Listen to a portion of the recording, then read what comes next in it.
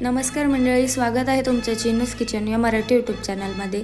तर आज आपण नगरी पद्धतीत चिकन सुक्का कसं बनवायचा ते पाहणार आहोत. चला तर मग सुरू करूयात. तर त्यासाठी इथे मी 750 ग्रॅम चिकन घेतलं आहे. आता त्याला मी 2 ते 3 वेळा स्वच्छ धुवून घेतलं आहे. त्यानंतर इथे मी एक कढई ठेवली आहे. आता याच्यामध्ये मी तेल टाकलं आहे, 3 पळी मी तेल टाकले आणि ते धुतलेलं चिकन आपल्याला याच्यामध्ये टाकायचं आहे. मी हाय फ्लेमवरतीच मी गॅस ठेवते. इथे मी सगळं चिकन टाकते याच्यामध्ये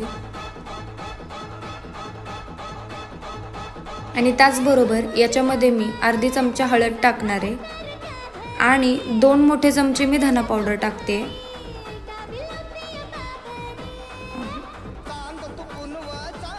आणि चवीनुसार मीठ टाकायचं आहे. आता मी एका बाजूला कोमट पाणी करून घेते. आता याच्यामध्ये मी साध्या पाण्याचा वापर न करता मी पाणी नॉर्मल असं कोमट करून याच्यामध्ये टाकणार आहे.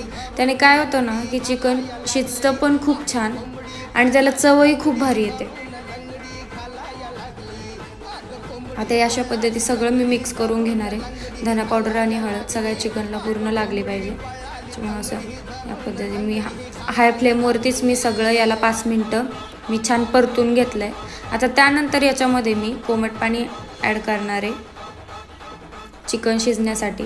तुम्हाला तुमच्या आवडीनुसार तुम्ही याच्यामध्ये कमी जास्त पाणी करू शकता,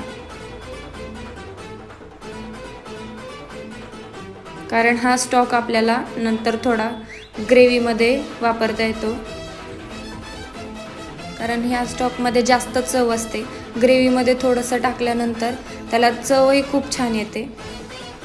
आता याला मीडियम फ्लेमवरती आपल्याला याला 20 मिनटे छान शिजून द्यायचं आहे. 20 मिनटात हे एकदम परफेक्ट आणि एकदम मऊ शिजणार. तर याच्यावर झाकण ठेवून मी याच्यावर शिजून देते याला. आता ग्रेव्हीसाठी मी इथे एक मीडियम साईजचा कांदा, आलं, लसूण आणि अर्धी वाटी खोबरं घेतलं आहे मी. आता हे सगळं आपल्याला बारीक वाटून घ्यायचं आहे.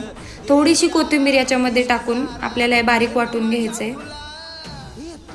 बघा इथे बारीक वाटलंय सगळं मी. आता इथे चिकन सुद्धा आपलं शिजले एकदम मऊ, एकदम व्यवस्थित आहे चिकन. 20 मिनिटात आपलं शिजले. आता त्याचबरोबर एका कढईमध्ये मी ना परत 3 पळी तेल टाकलंय. आता त्यामध्ये आपल्याला मी एक मोठा कांदा बारीक चिरून घेतला होता, तर इथे मी कांदा टाकते आणि याला छान मिक्स करून घ्यायचा. आता कांदा आपल्याला छान भाजून घ्यायचा आहे या तेलामध्ये. आणि त्यानंतर आपल्याला इथे मी एक मीडियम साईजचा टोमॅटो बारीक चिरून घेतला आहे, तो पण त्याला पण आपल्याला छान शिजून द्यायचा. आता कांदा आणि टोमॅटो एकजीव झालं पाहिजे. आता त्यानंतर इथे मी हळद टाकते, थोडीशीच हळद टाकते कारण मी शिजताना पण हळद टाकली होती.